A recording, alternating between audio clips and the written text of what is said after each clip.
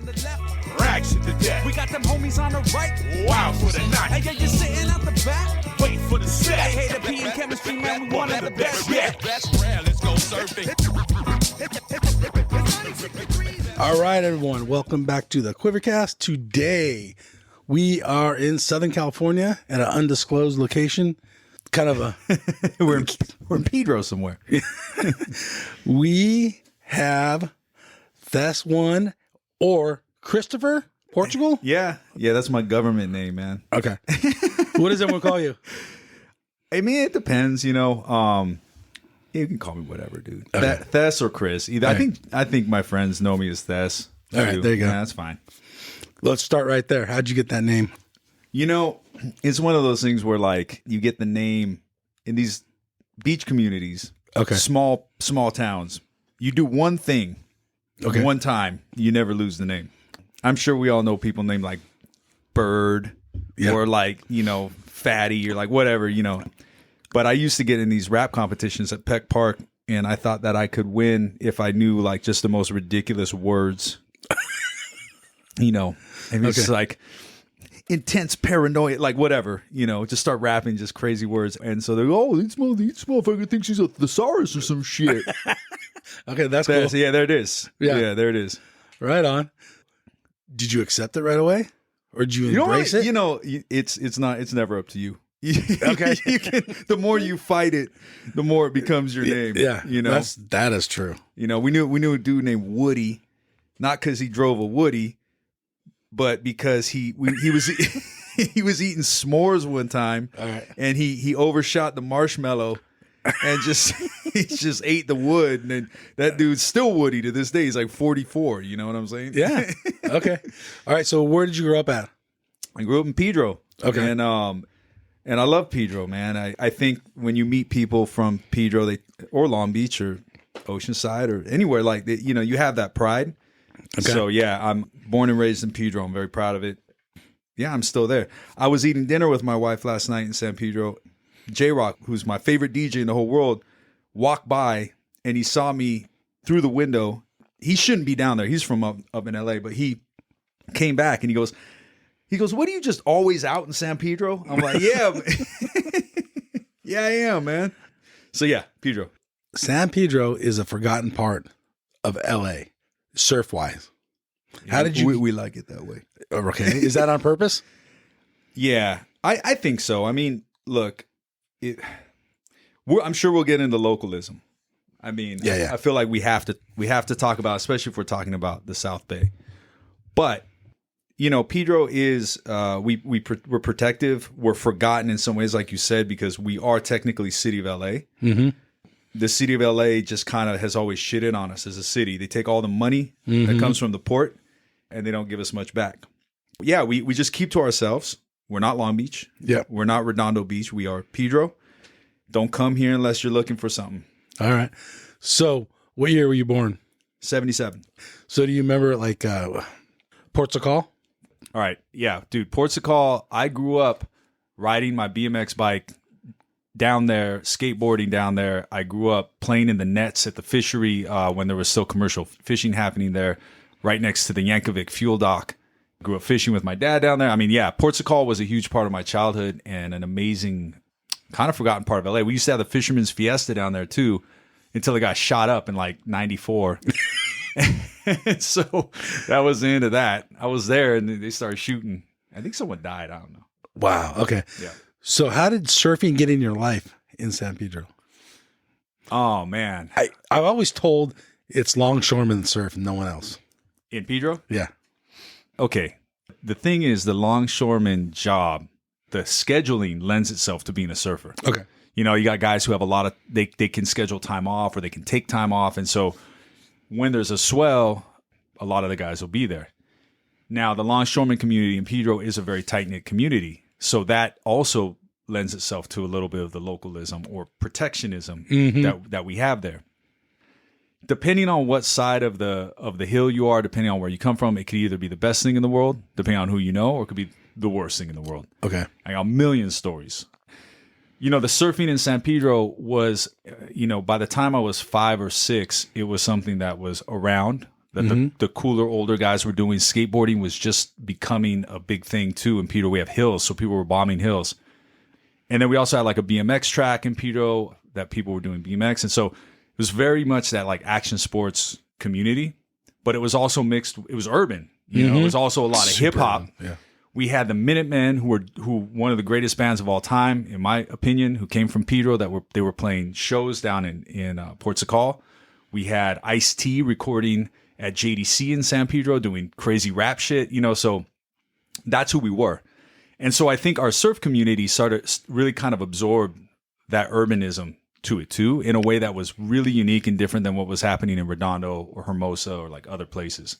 Yeah, it was not as it was ethnic. It was more, you know what I mean? Like it was like it was a little rougher, a lot rougher. Super urban. Yeah, super. I don't know, like how O-Side used to be. Probably, yeah. But going down Gaffey Street, yeah. It's a gnarly street. It's gnarly. I mean, I don't know if it is anymore. It is. Well, Pacific's even worse. My dad didn't surf. My mom didn't surf.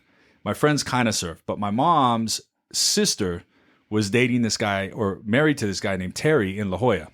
Okay. So my Uncle Terry. And my Uncle Terry goes, hey, if Chris ever wants to really learn how to surf, send him down here to La Jolla. They put me on the train, on the coaster. I'll never forget. I'll never forget, man. My Uncle Terry and my Aunt Mojo picked me up. They took me. My Uncle Terry had wetsuits. He put me in a wetsuit, and he goes, "All right, we're gonna go down to Blacks." Oh, okay. And I'm like, oh wow, like there's black people there. He's like, no. You know, we're gonna go to Blacks because he had a key. Now that I'm older, I know. Yeah, he had a key, and so we go down there, and you know. He taught me how to surf that weekend, and it changed my life. You know, like, how old are you? I was young. I was 7 or 8. Okay. You know, they had a festival there. It was like the Off the Wall Festival or something like. So I was there they had a street festival, and I'm at La Jolla is the coolest community of all time. Yeah. They had a party at their house. I'm there because I'm like a kid. Yeah. My uncle's introducing me all these people, all his friends in the surf community. And he's all, oh, this is Rusty. Okay. And I'm like, Rusty, like Rusty Nail? He's like, no, like that shirt you brought. Yeah. And I'm like, the one with the R on it? He's like, yeah, that's him. Yeah. So I met, and so he was really involved in the surf community. He was a really good surfer. I came back to Pedro, and I'm like, oh, it's on now. Like, you know, we have all these little points and all this sort of stuff. I'm more clued in. Got my first surfboard. That thing was horrible, you know. Always. First one. Yeah. And not only that, man, just 80s surfboard design. Okay. 18 inches wide. Yeah. You know, super rocker. 98 inches of rocker. You know, looked like a Dutch shoe. I could not paddle that thing into it was plowing water, you know. Yeah. Might have been good for surfing pipeline. I had that board, and then, so now I'm a Grom. Yeah. I was like instant Grom. Like I'm all frothed out. I'm asking my parents to take me to the beach. I'm asking, you know, so we're in Pedro now. And that's when I first realized that there's this older surf community, and they didn't even want Groms surfing. And so then the next thing I learned was that if you're going to surf in Pedro back then, you start surfing, you can only ride one of 2 boards. There's 2 shapers in town. Okay. So this board that I had, that ain't gonna cut it. No. You get to put that thing on a used rack because I think it came from it was a Wave Tools. Okay. Yeah, Lance Collins. Yeah. Yeah. Yeah, you can't ride that here. I'm like 10 years old or 11 years old. I'm like, all right, whatever. So, like, nah, you only have 2 choices. There's 2 shapers in town. It's Mike Stavros and James C. Okay. So you're either going to ride a San Pedro Surf and Sport Stavros board, or you're going to ride a James C board. And it's like choosing a team, like Clippers or Lakers at that point. And I go, well, I don't think I can afford the Stavros board. So James C has this little shop down here, and I'll go down there and order a board. Well, James took 2 years to get the, you know, like it was that era. You order a board from a shaper and you didn't see it for like. He was surfing. Yeah, he's surfing. He's knucklehead. Wasn't a business. Nah. So I finally got my Pedro board, and then I was like, I finally got my James C board, and his logo was an onion. Okay. If any surfers see these boards with an onion on it with sunglasses, like that was his logo. He's a big conspiracy guy now, like whatever. But I think he still makes boards. But anyways, that was a good board. That's when I really was able to start surfing the more. Now I'm like 13, 14. Now I'm going down you're showing up all the time. Now I'm a surfer. Okay. Yeah. And they're starting to recognize you. How the older people treating you? Still kind of shitty. But so the way it will work in the lineup is it was like a name game. And this is kind of a very Pedro thing too, but it would be like if someone didn't recognize you, it would be like, well, who do you know? Or who did you come here with? Mm-hmm. And I'm like, oh, like I'm here with Brian Aranda, or I'm here with, and the names, people would know the names. Like even if they didn't know Brian Aranda, they know Chris Aranda, or they know, family. They know the Arandas. Oh, you know him. Oh, okay. Like, or you know this guy, Mike, or like whatever.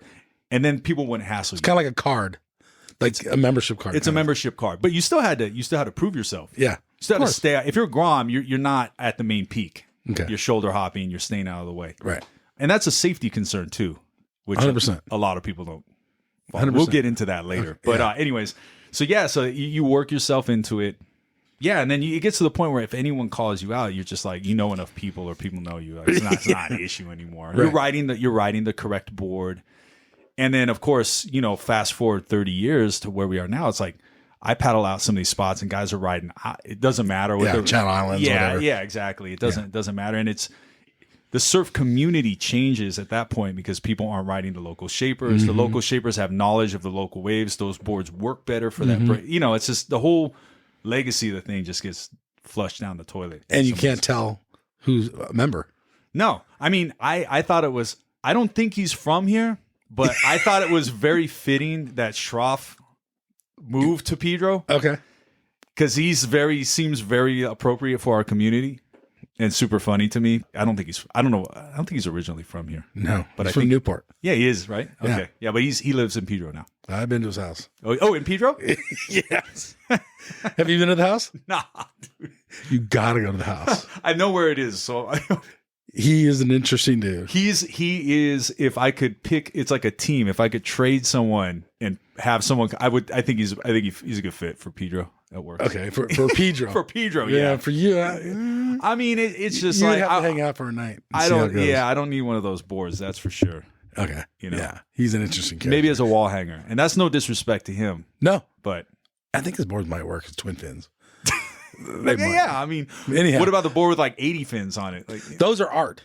I know that's his art. But anyhow, I'm not gonna. Yeah. Either here or there.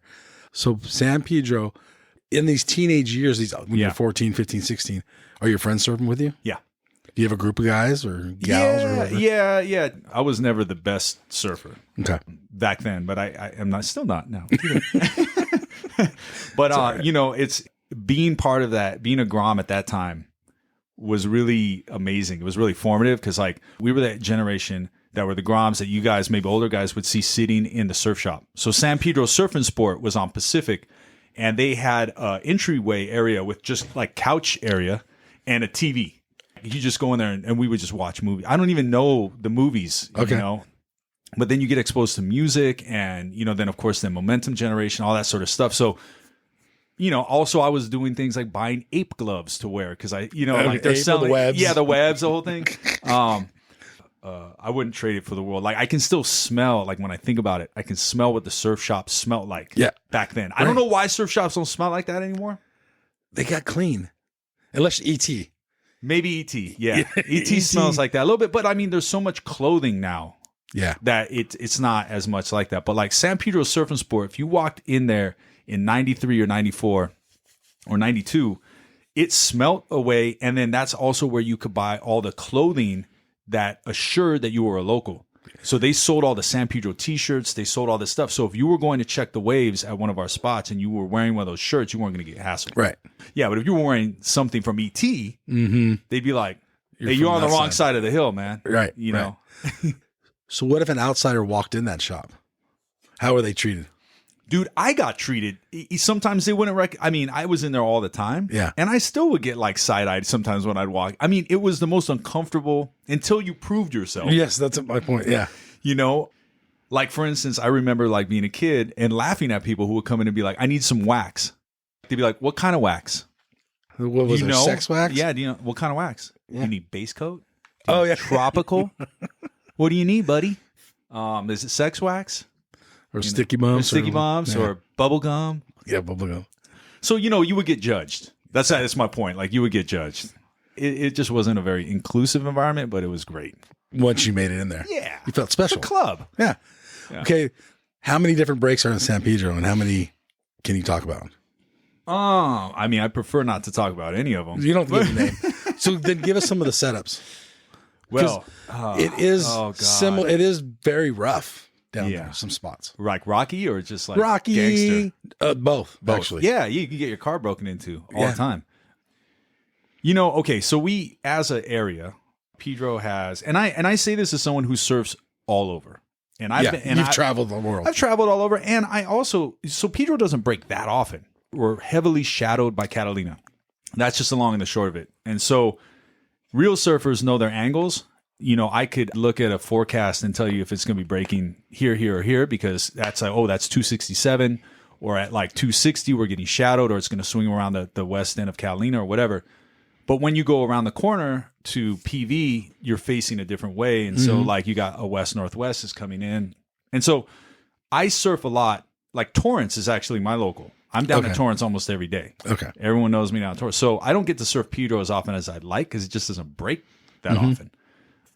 I would say maybe 10 or 12 really good setups. Okay. But if one's lit up, they're probably all lit up. Okay. It would be very rare where one wave would be breaking in Pedro and the rest wouldn't.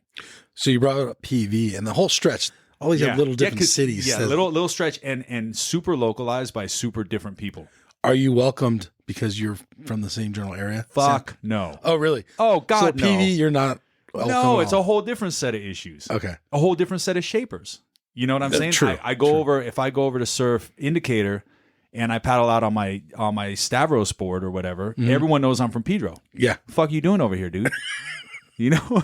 Okay. Lanada Bay, which maybe if your listeners aren't familiar with PV, is in PV, but it's like at the end there. And those guys have their own shit going on. Yeah. You know, and that's a whole other, I mean, we do a whole podcast about that. I've had my issues with them. I've had my run-ins. But the fact of the matter is I'm not necessarily welcome there. Even though I surf in Torrance every day and I know everyone who surfs over there, I never feel welcome out there. But the funny thing is they got inundated after the pandemic. They're the ones that got blown up because easy access, looked safe, looked rich. Yeah. Like, you know, you got a van life guy and he's like, I can either park my van in Pedro near the port, or I can park my van on this beautiful cliff in front of mansions. They're going to go over there. Right. So like the Cove, which is a pretty famous now break in PV. I used to surf it all the time. I mean, the Cove has the middles, which is like a longboarder wave, but the Cove also has Little Reef, which is on one side. It's got Superman's Little Reef, Boneyard on the other side. So there's a right, there's a left, there's all this great setups within one bay. Yeah. Depending on what it's doing. Now it's just I wouldn't even go down there because dude, there's like 200 people in the water every time. It's all the not Malibu, it's like Culver City people. It's van life guys. Yeah. You know. You see the sprinters, all of us late to surfing life? A little bit, you know. and they read about on the internet. A lot of that PV stuff, people couldn't help but brag about it. Whereas like in Pedro, if anyone talked about it, you catch a lump, you know, like, they're like, don't know. I mean, I saw people get beat up just for trying to take photos when it was going off. Yeah. Like, they didn't even want photos of themselves in double overhead waves. They're like, no photos. I didn't grow up far from here, but I would never even think about coming over here. Right. It wasn't even. Is it because you didn't think there were waves here, or you never saw a good photo of anything happening? Never saw a photo in the magazine ever. Never. PV you would once in a while. Of course. Everyone knew Lanada because it can. This big wave magnet. It's a big wave and it can hold a swell, so can Redondo breakwater and whatever. But I knew about Haggerty's. I knew about some of these other breaks. Indicators. We have no surfline cameras anywhere. Oh yeah, it's true, huh? Not one. So good luck finding a wave. Why is that? Do you know why? I mean, I would like to think it's because we're cool enough to keep our shit locked down. Okay. I just don't think that's the reason. I think there's probably some other reason. Okay. You know, there's a camera now at never even thought about that. Though. Yeah, these things all start to contribute. You know, so it's like it takes me to go check my favorite wave down there. It takes me maybe a 15, 20-minute drive just to get down there. Yeah. But I don't need the camera because I know that setup so well. If I look at the buoys, right, you know, I know. I'm getting in the car, right. I'm like, oh, it's the outer buoy. This particular buoy, if this particular buoy is 7 feet at any period over 9 seconds, I'm in the car.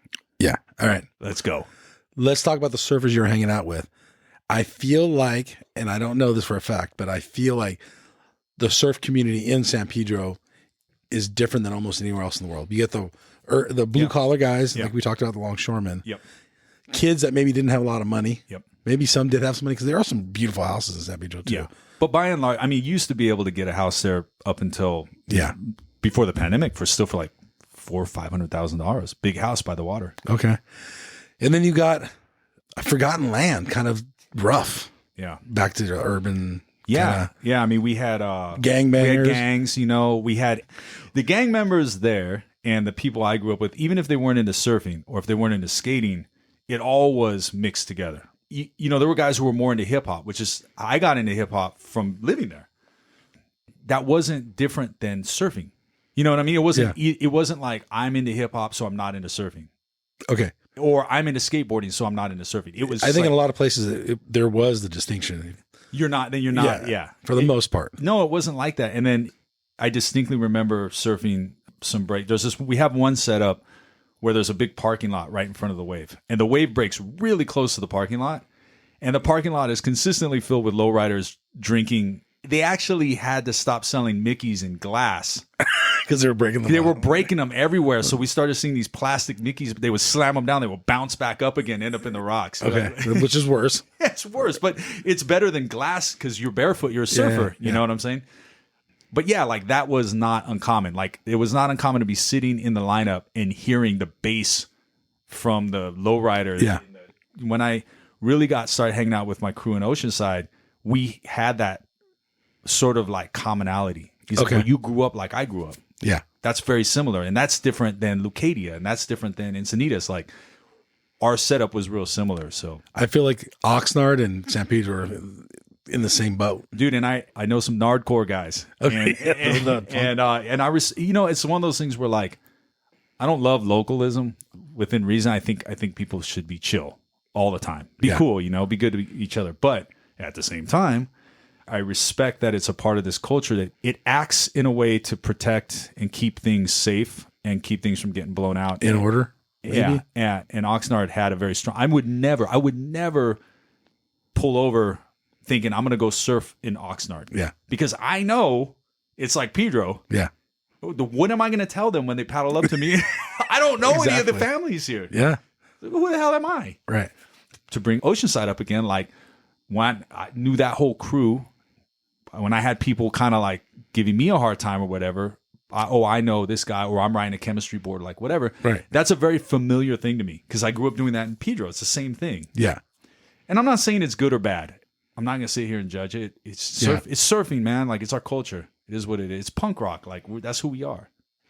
Change gears a little bit. Yeah. What came first, the love of surfing or music? I mean, for me, music and surfing were always same.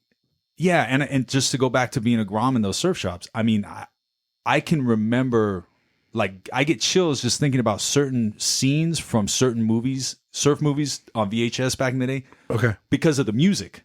Right. Because of the way it looked when the guy was surfing to that song. Of course, yeah. And that, like, really just kind of opened my mind up.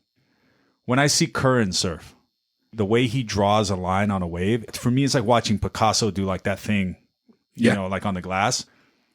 He doesn't surf like other people surf differently. Like I love Dane too, but like Dane doesn't surf. No. It's totally different style.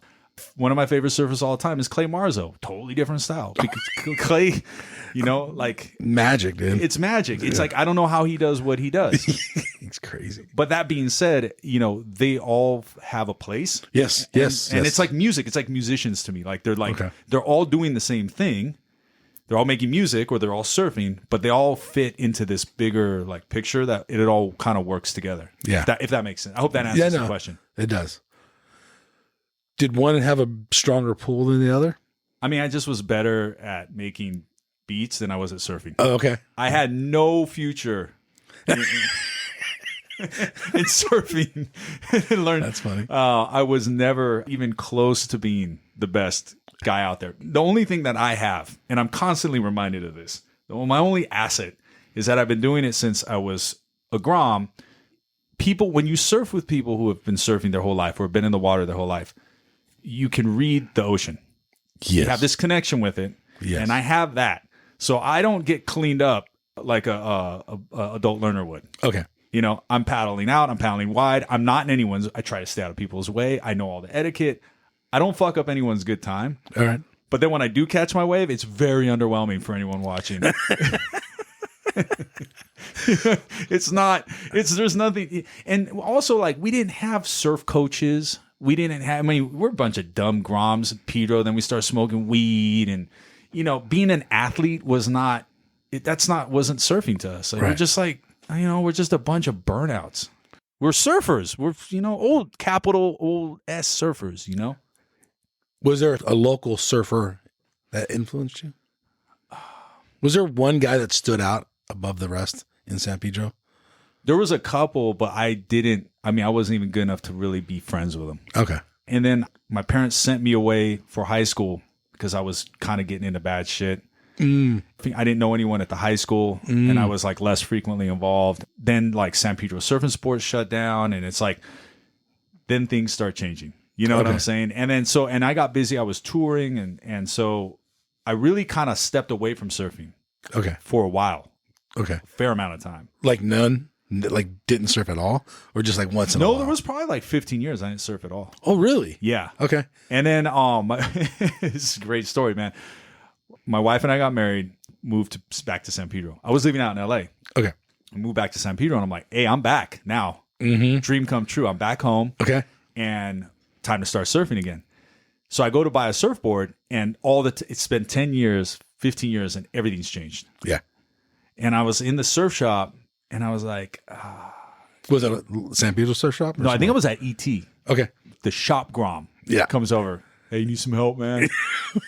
And I'm like, yeah. I'm like, so like these surfboards, they don't have fins. Like, are they like Aaliyah's? It was that area, yeah. I'm like, so you surf these things without fins? He's like, fuck are you talking about? And he's like, well, I'm like, well, it says FCS on it. What is that? You know? Yeah.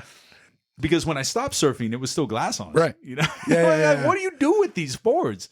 And so it was really funny coming back to surfing. And then, of course, you fall right back into it. It's like riding a bike.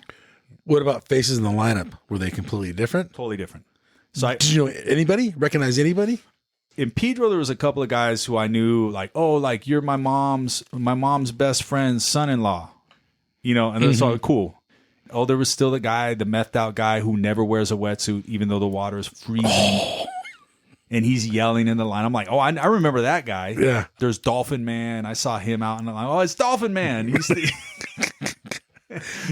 So there's a handful. There's a handful. I mean, you know, a lot of the guys are lifers. Oh, Big Mike, who's stand up, Big Vice Cop Mike. So you recognize some of the people. But then I was surfing more at Torrance when I got back into it. I met that crew, and then I made lifelong friends. So my new crew, now we're all older. Yeah. So like my buddy Brendan, my buddy Carlos, the guys I surf with and go on trips with now, I met when I came back to surfing.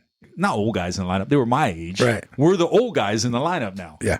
And now I'm getting hassled by the Groms from South High, and these guys are, you know, they're doing heat strategy, and they got their moms taking video. I'm like, the fuck, what? Yeah. What is this? The new world. It's a sport now. It is a sport. Like, you guys don't want to like, I'm like the Groms, like, you guys don't want to just go get high? You know, let us old guys, like, that's what we used to do. They don't hang out at the shops, I don't think, anymore. I don't think so, man. Yeah, it's a different world. I mean, everything they consume obviously is social media. Here, look at us, two old guys complaining about the young guys here. Yeah, of course. But it is, I think, when you're part of a sport and then you leave and you come back, it's more like you're not seeing the gradual change. And so I came back and I'm like, whoa. And I'm like reading Beach Grit. And I'm like, whoa, like this is crazy. Like what? Following the WSL again. And I am thankful for that because I got back into surfing in time to really enjoy like the Florence Medina struggles and now I miss that era. That wasn't even that long ago. I'm like, man, it was so cool when Medina was like the bad guy and Florence was like the young, you know what I mean? Like, I'm like, I miss that era. WSL sucks now. Yeah, think so? Fuck yeah. Okay. I don't like the final. The final five. Yeah, it should end in. It's kind of growing on me. Is we'll it? see how this year. Let's stick with San Pedro. Anything else? So you walk away, you focus on music. Yeah. Real quick, kind of tell people. Yeah, so around that same time, I'm in Pedro, and I met my music partner at the time, and we started a group called People on the Stairs. What I brought to it was the same mindset that I had from surfing and skating in Pedro, which was do it yourself, fuck the corporations, fuck the record labels. So we were independent. And so we just started releasing our own records because that's what the Minutemen would have done. That's what, you know what I mean? Like that's what I grew up around. Yeah, people liked it. And next thing I know, I'm going on my first world tour. And then 23 years just went by like that. Really? Yeah. How was that life? Coming from a surf, knowing everyone in this neighborhood life. Yeah. One of the things that was helpful is I brought with me that competitive spirit that I had from surfing a little bit. So for record collecting, for making beats, I was competitive, which helped me. But it also, you know, maybe I wasn't as open as I should. I was really bad at networking, you know, because I'm just like, I don't care. I don't, you know. So I was never really good at that. And then in 2004, when my wife and I moved back to San Pedro, we were still very much in our touring, got back to surfing, and now I'm surfing on tour. So I surfed that wave pool in Dubai like early because we were out there for the food festival. Not the new one. Not the new one. Okay, the old one. Okay. It was amazing. You know, like, I mean, I surfed, like, we did a show up in Tofino. And I saw that. The local guys, and like, they're taking me out, and it's, you know, they're like, don't duck dive because a log might hit you in the head. I'm like, you're fucking crazy, dude. Gnarly. Yeah. So experiences like that, being able to be a rapper on tour and be surfing and meeting the surf communities in different places, and they're giving me wetsuits and boards, like that was it right there. That was when all the worlds, everything I loved kind of came together. Are there a lot of surfers that listen to the hip hop rap? I think our genre of hip hop and rap, yes. Okay. You know, there's the more trap, like more Southern style stuff. And I remember like Zeke Lau used to always have like really trappy like music. And I'm like, okay, that's like very Hawaiian of him. I never thought it looked good in an edit. Like I never thought that trap, like heavy drum machine, like aggressive rap. I never thought it worked well in his edits when he used it. Okay. Baron also tried to use some of that stuff, and like it's fine, you know. Like people can like whatever they want to like. Yeah. But I mean, you know, Mike and I were going to Australia all the time, and of course, you know, Australia is Australia. Yes. And so our music played really well down there, and also like the surf community embraced us down there. And so it was great. So what's it like in Australia, like surfing wise and being on stage? Is it different than, let's say, the U.S.? For me, seeing the surf community down there, it's next level. It's different. It's huge. And the surfers down there, like, I mean, they do like crazy business stuff too. That's starting here, but it was way back. It was crazy for me to see surfers starting like, you know, beer companies and this and that. Wow, you guys are not smoking weed in the parking lot either. But they're drinking beers after. Yeah, exactly. I'm like, is anyone just like a piece of shit anymore in this community? You know, but then that was also around the time that surfing got more corporate and it cleaned up. The same thing happened in rap music. What I saw happen in music, and it happened in surfing too, is you lose the characters because there's no room for the guy that is kind of a fuck up. Yes. But he's a character. Everyone tolerates him, you know? And so there's no room for that anymore because everything gets homogenized. And everything is so sanitary. Like you said, they clean up the surf shops. Yeah. Board Riders now owns all the brands. And they're like, and it's like, we don't want Groms hanging out in here. Right. That smell like weed. You know, I guess you can't judge whether that's better or worse, but it feels different. Yeah. Something's different. In my opinion, it's worse, but I think it's worse too. But we're the old guys. We're the old guys, you know. You know, the Groms probably look at us and we're like, ew, we don't want to see, you know, like, ew, what? For surfing, the whole thing about it being a sport, like the jockness of it, really feels foreign to me because, like, look, I love Italo. Dude shreds. Yes. Well, I don't know him personally. I don't love him. But, like, he rips. I could never in a million years surf as good as Italo. I follow him on social media. I'm like, this dude is... He's working out all the time. That's all he is. It's like when I was in high school, I started surfing to get away from these people. Right. Nobody that surfed around me in high school looked like this guy or acted like this guy. Right. This is crazy. It's like a soccer player or something, you know? Like, Medina was a little bit of that in the beginning, but it was more his mindset. Like, he was super competitive, but he wasn't all jocked out, like, with a six-pack and shit, you know? I don't mind the competitiveness. I mean, everyone knows Kelly's a freak when it comes to being competitive. But Kelly was never a jock. Not really, I mean, I think at the time, we looked at Kelly and we're like, oh, this guy's a jock compared to Andy Irons. Yeah, of course. But like now you look at that and it looks tame compared to like Italo, like in there. Oh shit. I just, for you, those of you listening at home, I just pretended like I was lifting weights and I punched the microphone. I mean, because these surfers, like, I think that if it keeps going down this road and Groms are looking at this and they're thinking the only way that I can be a surfer if I'm in the gym for 12 hours a day too. Like, yeah, we're going to lose something. We're losing a lot now. Yeah. You know, and then the music stops being important. The cultural stuff stops being important. You know, like if you go back and watch these old, like the Howl movies and like this old stuff, where guys are doing acid and, you know, and they're living in a van. I mean, I'm not saying that's great either, but like this is a little bit more music and culture. And there's like, if you just become gym culture, bro culture, and, you know, you're slamming Red Bull, you're wearing the Red Bull hat when you win. I mean, you know, I don't know. Well, let's go back to music real quick. Yeah. Some of my favorite bands to this day that are the bands I saw at Blazing Boards and beyond Blazing Boards. Mm-hmm. Music played a big part in how surf movies became. Totally. I mean, I think if you look at like the Momentum generation, for instance, of course, yeah, it's like you can't, Pennywise. Yeah, you can't even separate the music from the surfing in some ways. Yeah. It's like they go together. It becomes a point where music is one thing and has no culture to it, and surfing is one thing with no culture. It's just surfing. Like, look at these airs, 4 airs on a wave. We've really just reduced it to like the act and not like the feel, the vibe. And I think, to bring us full circle, I think that's where the adult learners come in, because they are all like, they don't have anything to do with that. They're all like perpetually stoked, and they're like, ooh, community, and like, this is so fun. And I just look at them, I'm just like, oh, you know, surfing means something different for me. But also deep down, I'm kind of like, I wish I was stoked like that. That is true.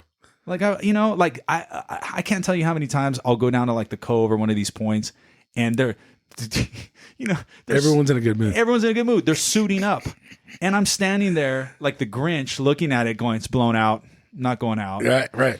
The reality is, I probably should just suit up and go out. Right. But I'm just like, you know, and then also like they don't have like a bar that they've set for themselves as younger surfers that they're perpetually chasing, and they're not getting heckled or harassed by the older guys. No, like there's no one going to burn them because they suck.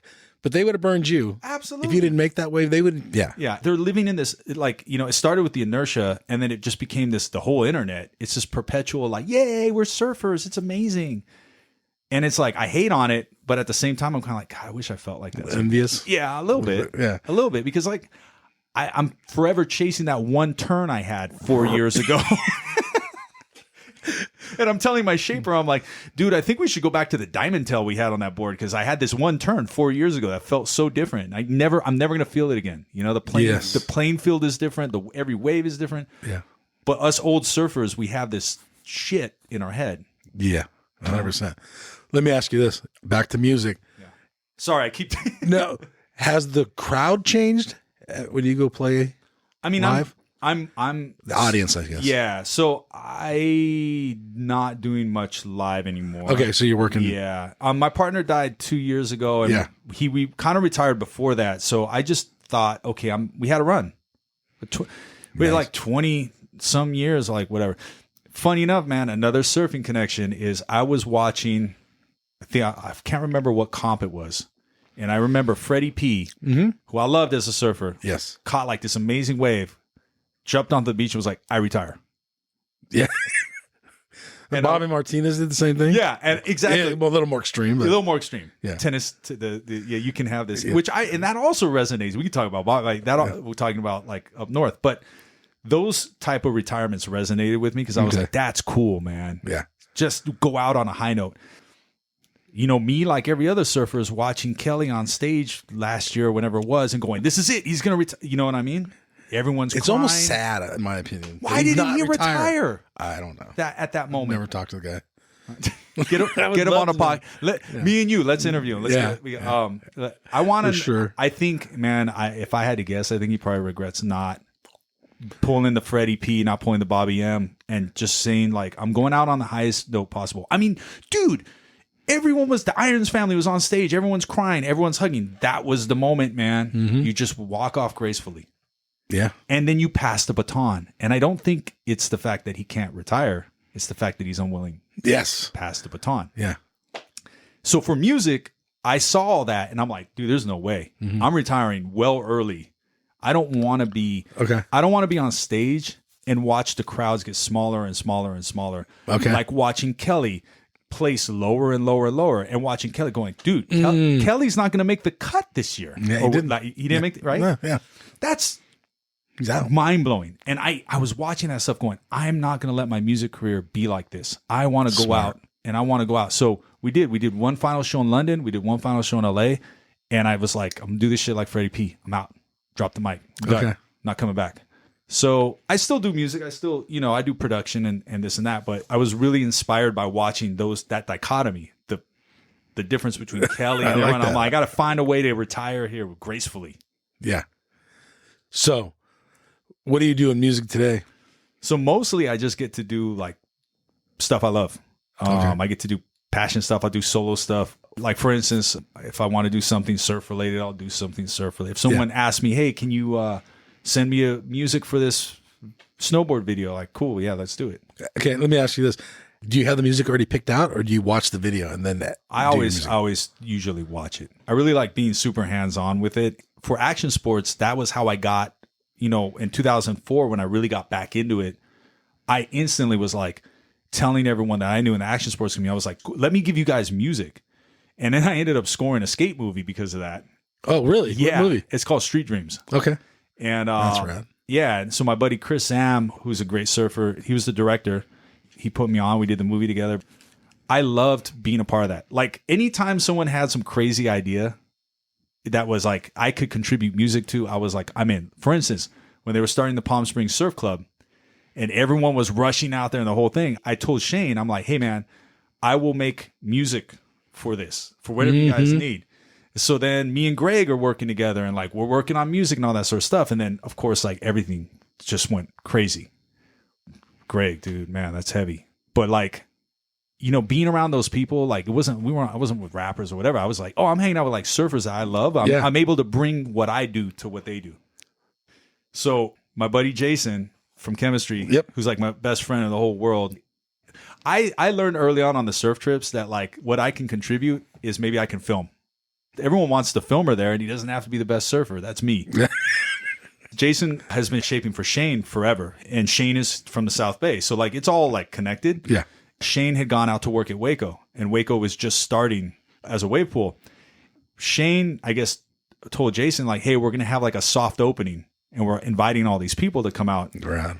I'm like, Jason, can I come with you? I'll film. I'll do the whole thing. Like, whatever. I just want to be there. Yeah. It sounds amazing. Mm-hmm. And it was the first wave pool of note in America.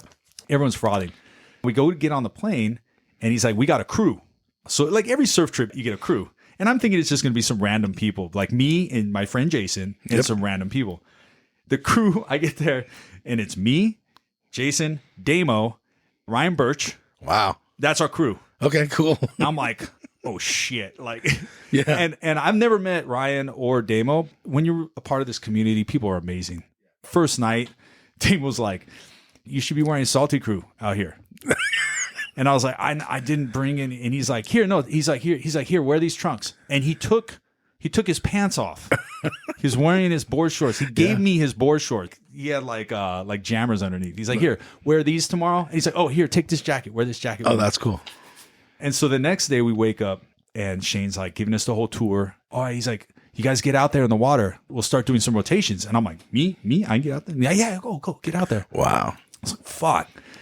I'm like, all right, I'm paddling out with Damo and Ryan and Jason and Willie from Chem, who shreds too. Yeah. And we get out there and they're like, if you've been to Waco, people who've been to Waco know you kind of sit in a pack and then like people take turns paddling into the slot. And so everyone's going and I'm being super meek. I don't want to be in the 3-wave rotation with any of these fucking people because they're filming too. And it's, 3 waves. So like you're number 1, you're number 2, you're number 3. The pack started thinning out, and now it's just me and Damo. And I'm like, fuck, dude, there's going to be a 3-wave set that comes, and it's going to be me and Damo. And then fucking Bethany paddles up. Oh, wow. And she's like, you mind if I hop on the 3rd wave of this set? Yes. And I'm like, hey, cool, man, no problem. I'm going to go first. I've never surfed this wave before. I'm like, I'll go number 1. Yeah, makes sense. And Damien, you go 2, and Bethany, you go number 3. And so I paddle into the first wave, and I'm mortified. Yeah, I don't want to fall. I don't want to get in their way. I'm stand up on the wave, and I remember thinking, "Don't fall, don't fall, don't turn, don't do anything." It probably looked like the kookies. It probably looked like the most insane thing because I was standing there just petrified. Yes. And I could hear behind me, on the wave behind me, because they're so tight. Yeah. I could hear Damien just dismantling it. Like I could hear You can literally hear I could hear it. I could Wow. hear the spray, and I could hear the board slapping, and I could hear people hooting. Yeah. And I'm on the first wave, and I'm just standing there, I'm just like, yes. You had the worst thoughts in your head. Oh, the worst. I'm like, man, I'm not cut out for it. So I caught that wave, and I was like, all right, I'm gonna film now. And they were, dude. Everyone who surfs at Trestles or other places, they know when you're in the water with these people, they're next level. Yes. It is. Yeah. It's one thing to watch it on TV, but when you're actually paddling out and one of those, any pro does a turn next to you, you're just like, oh my God. Yeah. What the hell was that? So fun though. Yeah. Man, it's a piece of history. I'm glad I was there. And I did the music for the edit. Okay. And the filming. So. And then you did the one in El Salvador you guys just went to? Yeah. That's a good one. Went down to El Salvador, and Jason and I and the crew have been going on surf trips, together. When we do go on these trips, we try to do something music related. We try to do a video. We try to get involved in whatever way we can. So it's cool. It's like a cultural thing. Yeah, Jason's been sponsoring Brian Perez. Yeah, that guy's good. The world knows he's good now because they saw him pull that big straight air at the comp last year. But I mean, wild card, right? Yeah. Yeah.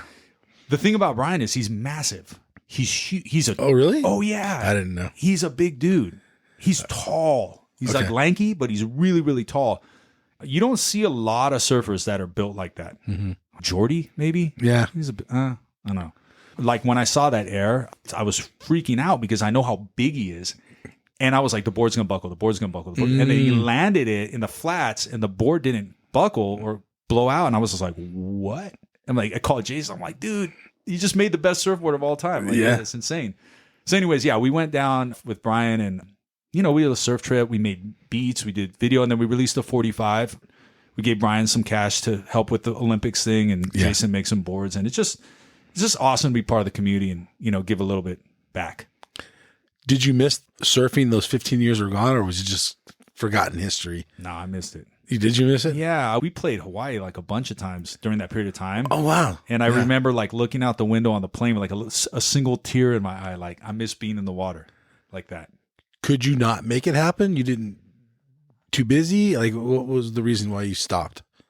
Besides moving inland? Yeah, I think if you ask anyone who's old, who surfs, and get to this point where like you start drinking coffee in the morning, you go down to the lot, relaxing. You've got your hot coffee and you're looking at it, and you may have your wetsuit in the car, but you go, I don't think today's the day. Right. It starts becoming like a mental block. 100%. Yeah. And you start thinking, man, am I even going to be able to stand up if I paddle out again? Mm-hmm. Can I even still? My arms aren't in paddle shape. Yeah. And so then the more time goes by, the harder it is to accept where you are, and the fear of like acknowledging like I can't really surf like I used to surf anymore. When I did come back, it took a lot of mental power, and of course I got blown up. Like the first like 5 or 6 times I went out, I was just embarrassed. Would I say, or what's the word? Humbling, embarrassed, feeling like I know better, I should surf better than this, and my body just doesn't listen. That's hard. And you're just like, man, like I think we've all been through that. I think anyone over the age of 40 has probably been through that. Yeah, yeah. And so you start going, maybe I should just live in my memories at this point. Like maybe I should not ruin it with who I am now. Maybe I should just live in perpetuity as that guy who did a really cool turn on a diamond tail, right, on a bat tail 8 years ago or whatever. Yeah. In this period too, you leave off from San Pedro being a Grom to getting back into it 15 years later. Yeah. At that point, you have a wife and you have family. What do they think about you surfing? My wife's like, I think it's great. It's so cool. Like she's not thinking about what's going through my head. Okay. Like there would be days she'd be like, I'd be grumpy or whatever. She'd be like, you should go surfing. You're getting a little eggy. And I'd be like, I don't want to go. Yeah. And I'm like, I don't want to go surfing. It's all blown out right now. Yeah. That's why you're pissed. Yeah, exactly. Like, but even if it was good, I might go surfing. But you know what I mean? Like, 100%. The thoughts of a middle-aged surfers is different. Totally. And she's coming at it from the sort of adult learner perspective. Like, I think you would be so happy if you just went out and caught a wave. And she actually probably right. She's right. Just like the adult surfers are right to be so stoked. They're not wrong. Like, it's a genuine feeling. But in my head, I'm like, and I would never say this to her. I'm like, I'm going to go, I'm like, it's high tide right now. Right. My wife. Are you kidding me? Right. Have you even looked at a tide chart? Okay. We've talked about adult learners. what is your thoughts? Pro, against, or are you just kind of in the middle? Oh boy, man. They've changed surfing. Yes, especially the post-pandemic adult learners, and then the social media adult learners, and they're the worst. Really, it's in my opinion. Sorry, everyone. I mean, I think we're speaking amongst surfers here. 100%, you know, I don't think adult learners are listening to this podcast, but if they are, welcome. You know, you used to be able to spot the adult learners because they were on Costco boards. They were on like wave storms, you know? Okay. And then I saw like guys I know who shred started showing up on wave storms. I'm like, man, what the hell's happening out here? I think the adult learners piss us off for a multitude of reasons, not the least of which is their stoke. I think that their stoke is so, it's just such like, it feels fake in some ways. I know it's real. I know they're stoked. I hate seeing it in some ways, especially when it's shitty. You know, I've got my friends, like my man Carlos just got his hip replaced, and all he could think about was like, I got to do my PT so I could get back in the water. And then he's dealing, of course, with the mental stuff that comes along with that. And that's the surfing I know. The surfing I know is people, like we could sit down and have a conversation about who your favorite surfer is. Mm-hmm. What is the difference between a Dane and a Shane? Yeah. You know, like, the adult learners, it's not that they don't know that stuff, it's that they don't care to know it. And that's what fucking kills me. The history. Yeah, like you're coming into a culture. It's a capital C culture. It has its rules, it has its history, it has Well, they want to change the rules. They want to change the rules, or they just don't give a shit. And then when you call them on it, they're like, they get indignant like, "Oh, it's not like that, old man," or like whatever. I'm like, you know, no, it is. Or like they're calling the cops on the enforcer in the lineup or whatever. Yeah.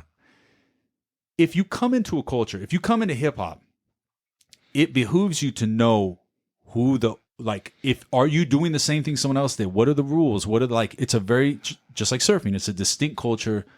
And you have to remember and celebrate the people that sacrificed everything to get us to this point. And I feel like surfing is the same way. And if you start acting like the people didn't matter, whether it's Duke or it's Kelly, if these people don't matter anymore to being a surfer, if knowing about them, knowing what they did doesn't matter anymore to being a surfer, then we've lost everything that even makes us surfers at that point. Then you're just Italo lifting weights, drinking Red Bull, and going in a pool. It's like, what is it then? It's like playing basketball or some shit. And I think it is in some regards today. I think so. Yeah. You know? Well, then you got the guy that takes it too far. You know, then you got the guy that's like, he's not nuanced enough with how pissed he is about this whole situation. And then you got to try to find a happy medium. Yeah. And so I think that the only thing that can really save this at this point is if enough adult learners have the self-awareness to go, hey, man, this isn't about good vibes anymore. This is a culture. It's got a history. There's rules. There's things we do, things we don't do. We need to uphold that. And we need to uphold it for the next set of generation coming in. And if we don't get that, then I really just don't know, you know, not to be fatalist, but it's just like, it's going to feel more and more different. Yeah. Yeah. I don't know. Like, I always rapped about surfing from day one, but I never made quote unquote surf rap. I just talked about it because it's something that I love to do. I wrote a verse 11 years ago that I consider the best rap verse about surfing ever. I mean, I promote it. It's so detailed and weird. Unless you're a surfer, you wouldn't even understand what the hell I'm saying. When we're done talking, I'll say I still remember the rhyme. Okay. But it's one of those things where it's like, it's celebrating everything that you know about surfing. It's not writing a song going, I'm so stoked, I caught a wave on a mid-length. I can't, you know what I mean? Like, It's not that. It's got to be more. Like, you got to reference like archaic surf. Like, the fact that there's a surfer's journal and an encyclopedia of surfing and a museum and this and that, like, this is a thing. Let me ask you this. There are a few people out there that do surf rap. I'm not going to say who their names are. I don't know if you know. I'm cool with Kyle. Cool with Kyle. No, Kyle. Yeah. What about Slippery Surfer? You ever listen to that guy? Nah, man. I don't. Where their whole theme is just surfing. Yeah. And they're not leaving that realm. Really? Do they surf? He was on the QS. He did pretty good. Yeah. Was he an Australian guy? Yeah, Australian. Yeah. I don't know. I mean, I don't know that much about hip hop, to be honest with you. I mean, he's probably He's a a much nice better surfer than me. Yeah, he's probably he surfs good. Yeah, he's probably a much worse rapper than me. So So at least, But the question is, okay, in hip hop, in music, do you have to focus on one subject? No, I don't think so. I mean, I think the important thing in all genres of music is representing who you are and being genuine, or at least from where I come from. And if you do that, there's going to be a small handful of people that it resonates with. Like when I met Jason Bennett from Chemistry, we were instantly like brothers because like he was the other random kid who grew up in a similar way that's into the same stuff as me. And we're the same person. You make beats, you like rap, except he's a better surfer. Yeah, he rips. I mean, come on, man. That guy, I've seen him do like we were in El Salvador, we're at Punta Roca, and it's the whole lineup, right? But the only people that mattered that day, and it's double overhead. Yeah. The only people that mattered that day were Jason Bennett and Brian Perez. Everyone else just looked like adult learners. Yeah. I mean, these guys, they're so good, and he's so good, but he makes beats too. He makes good beats. So we get along, but like it's all genuine. You know what I mean? Like when he makes beats, he's not making them like out of like surf rock guitar or whatever. It's not like, oh, I'm only making surf music, or you know what I mean? Like, is surfing going to be in your life forever? I can't get out of it at this point. Okay. It's who I am. Look, dude, I just bought a Tacoma. You know, the long bed one, the boards fit in it? Are they sticking out? Oh, my wife, we really had to get, it's a used one, and we found the one with the 2 seats. So no, but I'm very proud. I ride shortboards. Okay. That's why I'm on this podcast. I don't ride mid-lengths. Okay. I don't fucking longboard. I ride shortboards, and I will stop surfing the day I can't ride a fucking. Really? Yes. I ride thrusters and I ride quads. I won't even ride. Jason's always like, you should try this fish. I'm like, fuck you. The day I start riding fishes and mid-lengths and foam boards, I'm done. I'm out of here. I'm going to disagree with you. I know, man. I'm going to have to do it. He's always like, whenever I order a new board, he's always like, you want me to add a little more foam to this one? And I'm like, no. The argument against what you're saying is you're going to catch more waves. Yeah, I'm going to have more fun. On a little wider, a little thicker board. And I'm getting older, and I can't paddle as good as I can. And standing up's going to start going away. But the second I order a board with over 30 liters of volume is the 30 liters. Let's be honest. I probably should add about 1/4 of an inch to the thickness, 1/2 inch to the width, maybe not much to the nose, but like I probably need some more foam. But it's a mental thing. It's almost me saying that's my Kelly hill to die on right there. So what is in your quiver? All your boards looking the same? I should have looked at them. They look pretty similar. They look pretty similar. I mean, I only ride Chemistry, and I ride the R2, which is our standard shortboard. I like that a little bit. That's not a step up, but it's a little bigger board for me. I ride that in a pintail typically, or a round tail. Okay. Same thing. Yeah, round tail thruster, and then Jason's hand shape, which we've now turned into a model, which is called the beer fridge. It's got channels, and I ride that as a quad. Pretty much my quiver. If I go to Mexico, I'm taking the R2 and the beer fridge. What point did you become such good friends with Jason? Man, it's been a long time. Okay. Now it's probably been 10, 12 years or so. Okay. I don't know. So you guys have built a relationship in music, but he's also become your custom shaper. Yeah. You're like, I know. Which is awesome. That's like, what everyone should have, to be honest with you, in surfing. A friend who's a shaper? Well, not necessarily even have to be the friend, but it's someone that you can come to Jason later and say, I want to try this, just tweak this a little bit. That's surf culture. Right. And and people need that. Yeah. Instead of buying boards off the racks. Nothing against the board off the rack. But like I think we're, and no disrespect to Firewire, but I think it's a slippery slope. There's a direct connection between like adult learners and Firewire and the and the corporatization of surfing. On the full other side of that, you have Jason and Ryan Birch and all these other people making boards. You have to wait for it. You have a relationship with them. Every board is special and unique, and it's yours. In buying those boards, you're supporting not just them and their business, a lot of other surfers, the glasser, the sander, like all of the people that work in the periphery of this. That's part of our culture too. That was the self-sustaining part of surfing, is like, you got to like support the core. And of course, that gets into the question, which is the $1 million question, is what's core at this point? Yeah. What even does that mean? Well, I have my definition. What is it? Everything you've talked about today. Go working with your local guy. Mm-hmm. Those are your friends you're surfing next to you every day. Absolutely. Yeah. So yeah, and you buy that board, you're putting food on their table. You're helping them pay their rent in some ways. it is lost where back in the day, you might have 3 or 4 shapers in a town. You can pick any beach. It happens. Rincon. Yeah, it happens everywhere. I mean, up here, like my buddy Brennan, he rides Barahona boards. Yeah. Jose Barahona's been shaping here. Like, he's an amazing shaper too. And like, you have these holdouts, these people here and there, but it's becoming far and few in between. I don't know, man. Like, I think I can deal with the jock level of it. I can deal with the adult learner level. But when someone like Jason can't keep chemistry afloat because people would rather just buy a board from Amazon or whatever, That's when that shit, we got to get the pitchforks at that point, Back to the jock. I think the jock aspect of surfing may change quickly in the next 5 years or so, in my opinion, because there's no money. So you have all these kids growing up that were making $1 million 10 years ago. Right. Now they can't even get a sponsor. So why would you put your whole life towards something where you're going to make $10,000 a year or something? I don't know. To any moms from Salt Creek listening to this, little Jimmy's not going to make money. Not anymore. Like, chill. Unless he's Kelly. Yeah, unless he's Kelly, but like Kelly's Kelly. That's right. That's what I'm saying. Yeah. John, and the other thing too, okay, not to get too in the weeds here. We're two nerds talking about surfing. Not just the jock thing about it, but the whole idea that you can coach someone into perfection.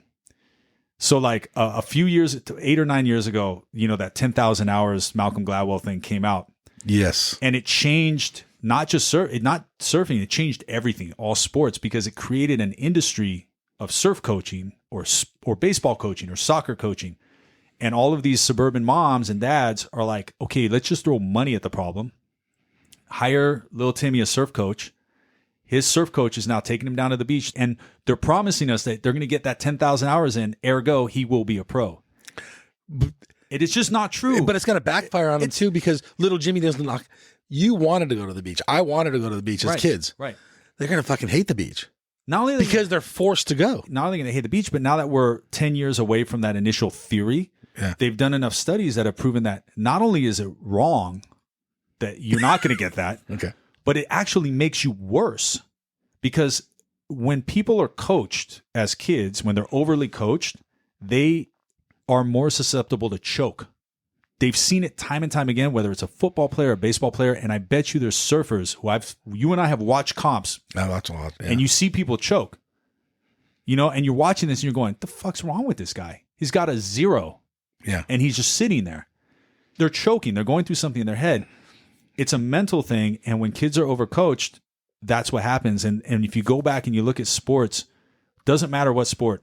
In football, in baseball, in soccer, the best soccer players come from a favela. They grew up playing in barefoot with no coach. Yeah. They were out there, like you said, because they wanted it. Right. The best football players in the NFL come from cities with less than like 80,000 people, statistically, because they're out in the backyard throwing a football through a fucking tire. Right. And the best surfers are Groms that are running around the North Shore hucking themselves in the shore break, like the Florence boys. Yeah. They weren't coached. They were not coached, but they're still going at it hard because they love it. Exactly. Yeah. And they have a crew, of course, if you're growing up on the North Shore or wherever, you've got this huge infrastructure of uncles and people. They're pushing each other. Exactly. That is important. Community is important. Right. But being a Grom and having your parents pay $10,000 a month to someone to fly you around and coach you and try and get you on the Challenger Series or whatever, that ain't it, man. Ain't going to work. Well, what you see now on the CT is these guys are going on for 6 months and they're getting kicked off halfway through the tour. Yeah. And they can't make it back the next year. Right. They're like 30th. And what's the whole? Which keeps it fresh. That's kind of cool. I kind of like fresh, that. But what's the point at that point? And they're making no money. Right. Very little. So surfing has changed. What is your immediate future of surfing? Do you have like any trips going on or anything going up? Yeah. So minimum once a year, we get the whole crew together and we go somewhere. Okay. So like 1 year we went to the Maldives. Wow. That was spendy, but it was awesome. Yeah. That was for my 40th birthday. It was my big idea. Yeah. I'm like, we're all going.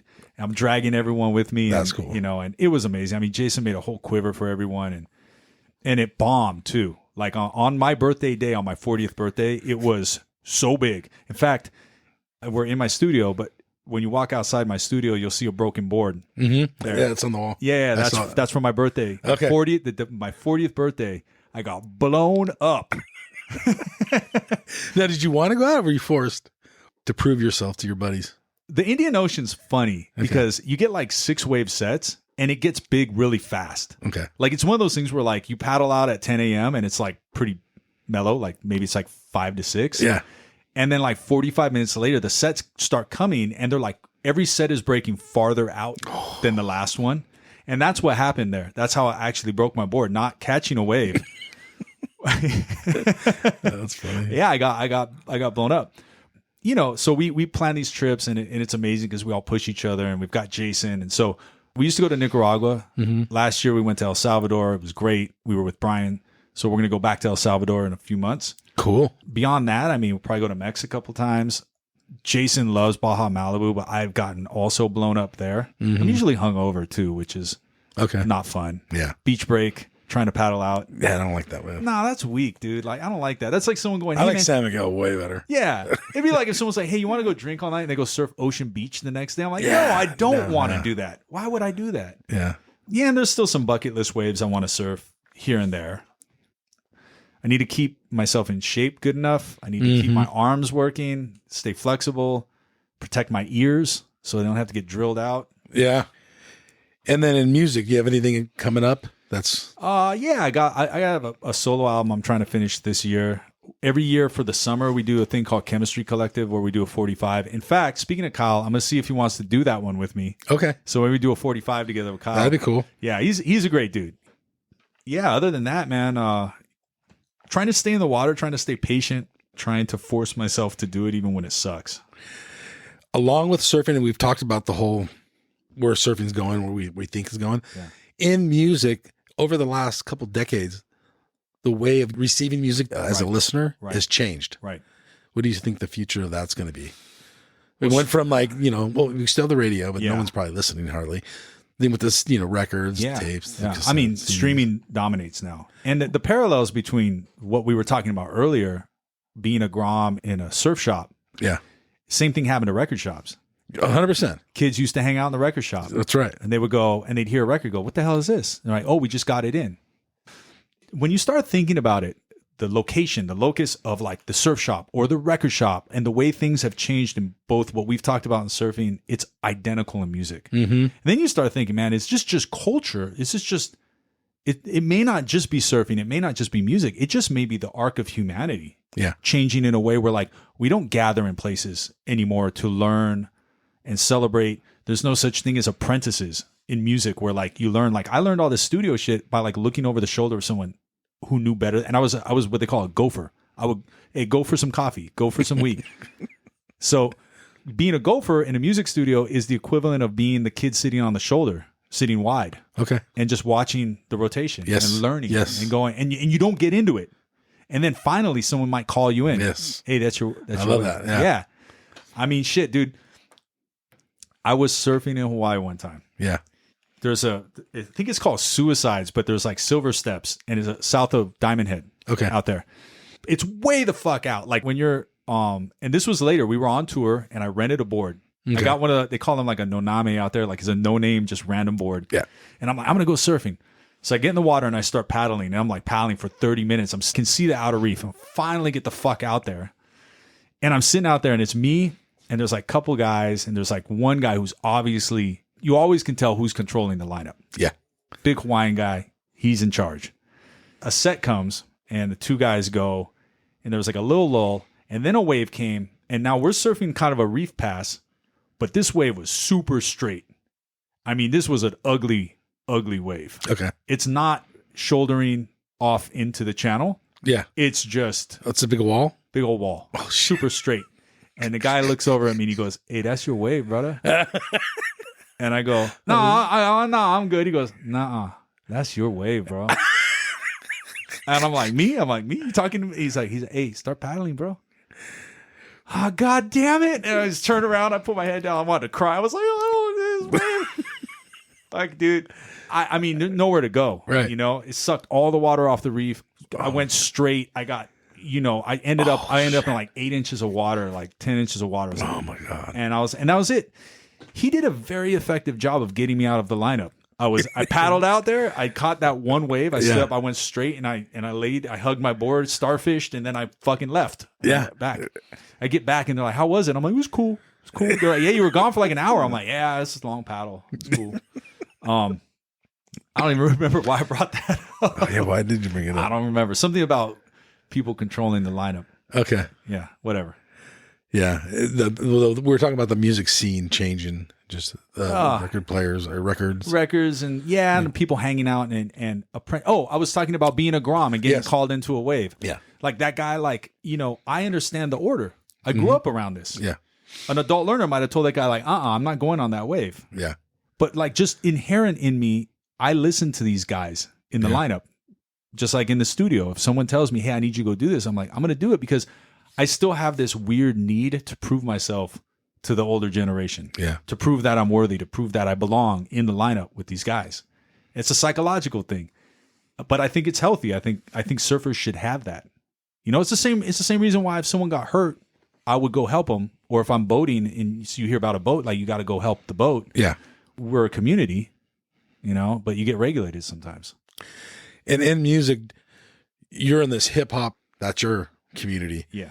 What do you feel about the other music communities? As far as I know, and from what I hear, they're all super similar. Okay. They're all going through. Do you listen to other music? Oh, yeah. Okay. Yeah. In fact, it's funny. I always joke with my wife and other people in music now that Spotify has an algorithm and it pushes you back to the same places. Like, it doesn't matter. Like, for me, it's Khruangbin. Like, no matter where I go, what I listen to, it will always push me back to Khruangbin. Okay. It's just a weird thing. And it's the same thing in when I open Instagram. Instagram knows I like surfing, and it knows I like records, and it knows I like girls with big butts. Or something, so like my feed is just my feed. It's like so a guy. It's a guy dropping on a pipeline. It's like a guy holding up a record, and it's like a girl like twerking. I'm like, what is this? It's so funny. But it won't let me get. It doesn't give me anything else. It just reinforces what it's made me out as. And so I think that's happening with all genre. Like you can't get out of your genre. Okay. In some ways, With that being said, you have played festivals, where there was the primary band was something different than what you were. Yeah, we were the group. We were the group that always got called in because they knew that we were accessible for people of all types, and we liked it. We were like, "Hey, man, put us in front of anyone. This isn't just for rap." You didn't feel out of place? I'm not out of place. We always did our best, and typically people were really gracious with us. Famous people, like for instance, like when they started Outside Lands in San Francisco, this big music festival. Yeah. The very first year, we were the very first group on the main stage. Okay. Because they knew that we were going to get the party going. Same thing when they did Bottle Rock. It was like us, and then it was like Snoop Dogg, and then No Doubt on the day we played. Which is, yeah. It was super funny. I know, but it doesn't make any sense, right? But it does in some ways. You're like, it's old people who can afford Bottle Rock. Okay. Yeah. And I never met No Doubt.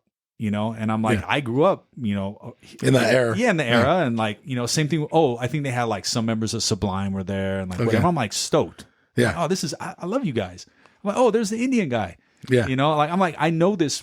I never went on the Vans on the Warped Tour. But it's all kind of adjacent. And now that, now that a lot of the people are aging out, they're bringing back a lot of these acts, even at Coachella, they're adding some weird lineups. Yes. I think it's good, but at the same time, I don't know. I don't like festivals personally. They're 2 long days. My kids are teenagers now, and their argument is always, it's cheaper, Dad, if we go to the festival because we're going to only pay $400, right? But we get to see 12, 15, 18 bands. And I'm all, it's $400. Yeah. And they just no, it's cheaper. One of them I remember was you played with Jane's Addiction or something earlier in the day. Yeah. How would you describe your music real quick? I mean, it's jazzy. Yeah. It's to me, I hear a lot of jazz. I think, it's hip hop, but it's more musical. We are the lineage of the Beastie Boys and De La Soul and that side of things. Yeah. So I think that it plays well for other, man, Surf Edit's using our stuff. Look, dude, okay. You know how many times people have used, I don't even get credit anymore sometimes. I'm like Surfline just used San Francisco Nights. And I'm like, guys, a little credit would be helpful. Okay, yeah, that's fair. Not only is that my song, that I made the beat, But also, I have a fucking Surfline subscription. I'm paying you fucking $20 a month. Like, yes. Can you not like credit my ass? Like, I'm not some random musician. Right. I'm a fucking... You're watching. I'm watching it because it shows up on my feed because I subscribe to you and I pay for the subscription. Yeah. And your forecast is garbage. I want Magic Seaweed back. But anyways. Check out Wavecast. Really? Yeah. Well, the other thing I bring to the table for the surf tribe for our crew is they call me Roker because I'm the weather guy. Okay. I'm all into it, you know. And so when I lost I was using Windy and I was using Magic Seaweed buoys. And between those two things, I was able to like get pretty accurate. We can go right on NOAA. Yeah, that's true. That's what I do. Yeah, because I don't need them telling me what they think it's going to be. No, just tell I me go straight on NOAA, and you can do Long Beach buoy right here or whatever the ones that have 2 Long Beach buoys. I think. Yeah. There's 2, and then there's one off Pedro. I check Oceanside, and I know how the buoy is. Will tell me in what direction. I can tell where to go. Because you're a surfer. Yeah. Yeah. But it took a little while, and then that's only been a few years. They should be teaching this. They should have a class for adult learners. And there should be like a whole set. Maybe we can do this. Maybe we can have huge money. And we're like, help you transition. But they don't want to hear what you have to say, or I have to say, or you have to say. No, I don't. That's the problem. Like, they're like, buoys. Why would I want to read that? I have Surfline. Yeah. You know? Surfline, Schaller told me it's going to be fair to good all morning. And, I don't pay for Surfline. But. Oh, really? It's like that. Yeah. It's like a dude who looked at the camera and is like, hey, it's pretty good. And there's fucking cameras everywhere. Yeah. All right, Thess. Anything else we're missing here? I'll see if I can remember that verse real quick. Yes. Because I think anyone who surfs, real surfers, would appreciate this. Please. It is the greatest rap verse ever written about surfing, in my opinion. Okay, let's hear I'll say it slowly. All right. Here we go. I write a rhyme like Curran drawing a line at J-Bay. My pen game's dame. Poetry insane. Colder than Steamer Lane. I tried to abstain but kept collecting my fame off of feeling my oats. MCs are watching from the boat. I steadily drop wax harder than base coat. Lyrics are too dope. Vocals are too dank. I keep my money offshore. I call it Cortez Bank. It holds me down. My situation's Greg Long. I'm back from the dead. Resurrected, I'm too strong. Ripping like John on the Dawn Patrol. This is something. The morning of the earth, this is something for old souls. The Pia Sand Stars, we dropping them sand bars. Back up when I pop shit, when I sand spit. And rock arenas, a cloak shaved like Medina. The P is narcore, can fuck with you ballerinas. Only real ones will get it. 100%. All right. Well, Thess, thank you so much for coming on the QuiverCast. Thank you, man. This is Mike and Thess. We're out of here. Thanks, man. Called a heat alert today because temperatures reached into the triple digits in some areas of the Southland. On how to handle the heat. Hey, Art. Peter, many people flock to Southland beaches to escape the triple digits. And there's more heat to come. Tomorrow's going to be another scorcher. And when you factor in the humidity tomorrow, it's going to feel downright uncomfortable. Oh, man, pass me your beer. Kick flipping, hitting rails on the pier.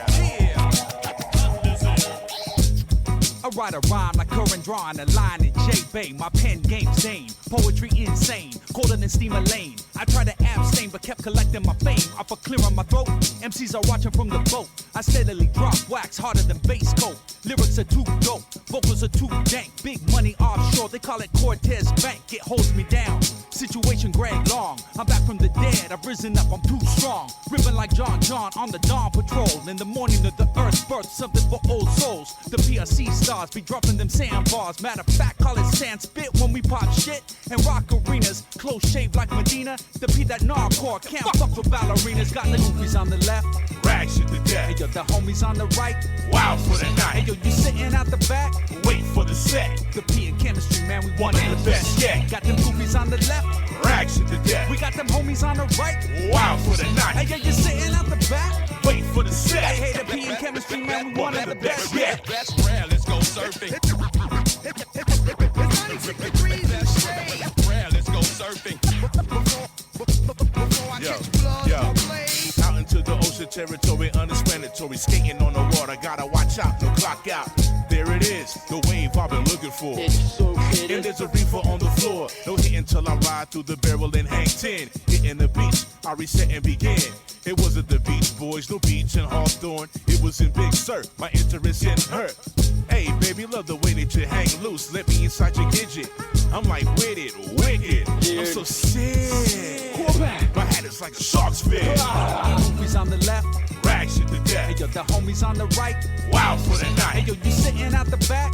Wait for the set. The P in chemistry, man, we One of the best yet. Got them goofies on the left, Rags you to death. we got them homies on the right. Wow for the Hey night. yo, you sitting out the back. Wait for the Hey, hey, set. the P in chemistry, man, we One of the best yet.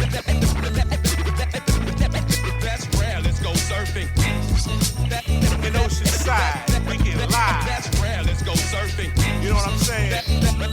It's like West LA. It's like Rare. Let's Retro. go surfing. Yo, we catching that wave, y'all. That's rare. Let's go We catching surfing. that wave, y'all. So you know what that means. That all you unwavy creatures, you niggas fall back and stay off the surfboards cause you're falling in the waters. You clogging up the wavery. You clogging up the wavery.